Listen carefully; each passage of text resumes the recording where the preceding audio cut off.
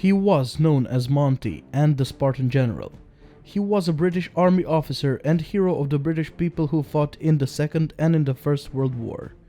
Here are a few facts you didn't know about Field Marshal Bernard Law Montgomery.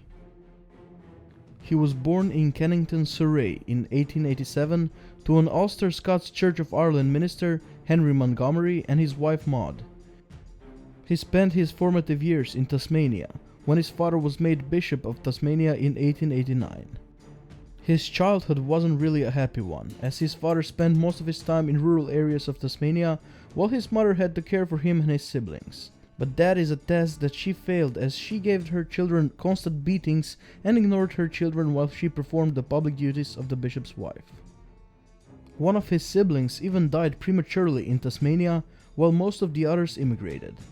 His mother took little active interest in the education of her children, other than to have them taught by tutors brought from Britain. This loveless environment made Bernard kind of a bully, as he himself said that he was a dreadful little boy and that nobody could put up with his behavior back then.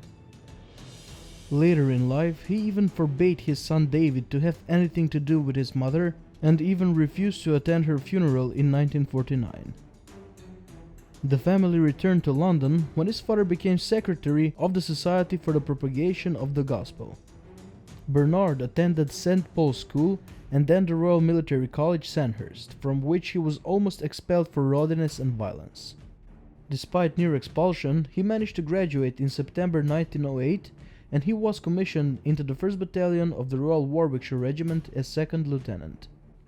He was promoted to lieutenant in 1910, and in 1912 he became adjutant of his regiment at Shorncliffe Army Camp. When World War I started, Bernard was moved to France with his battalion, where he fought in the Battle of Le Cateau. A few weeks after the battle, he was shot through the right lung by a sniper, and later on was hit once more in the knee. He was awarded the Distinguished Service Order for his leadership, as he supposedly turned the enemy out of their trenches with a bayonet while being shot in the lung. After recovering in the early 1915, he was appointed to be the brigade major, and when he returned to the Western Front, he took part in the Battle of Arras. He also took part in the Battle of Passchendaele in the late 1917. He finished the war with the temporary rank of lieutenant colonel. Between the World Wars, Bernard took part in the Irish War of Independence, where he was a brigade major in the 17th Infantry Brigade. In 1925, when he was in his 30s, he courted a 17-year-old girl called Miss Betty Anderson, but she would ultimately decline his proposal of marriage. In 1927, he met and married Elizabeth Carver, a widow with 2 children called Joan and Dick, which she had with Oswald Carver, an Olympic rolling medalist who had been killed in the First World War.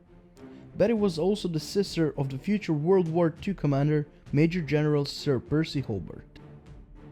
He had his first son David with her, who was born in August 1928, and it was said that their marriage was extremely happy. Elizabeth would ultimately die from an insect bite, which became infected while on holiday in Burnham-on-Sea in 1937. The loss devastated Montgomery, but he insisted on throwing himself back into his work immediately after the funeral. At the start of World War II, Montgomery was deployed to Belgium as part of the British Expeditionary Force, and he also took part in the Operation Dynamo, or better known as the evacuation of Dunkirk, where 330,000 British soldiers were successfully evacuated back to Britain from the Western Front.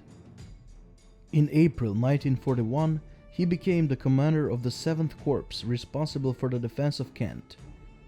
During this period, he instituted a regime of rigorous training and insisted on high levels of physical fitness for both officers and other ranks. He ruthlessly sacked officers which he considered unfit for command in action. His effectiveness would earn him the promotion to Lieutenant General, and he would also be given command to the Southeastern Army, which he used to oversee the defense of Kent, Sussex and Surrey. During this time, he further developed his ideas about training his soldiers, which culminated in Exercise Tiger, May 1942, which was a combined forces exercise involving more than 100,000 troops. Now a Lieutenant General, he was given the command of the entire 8th Army in North Africa.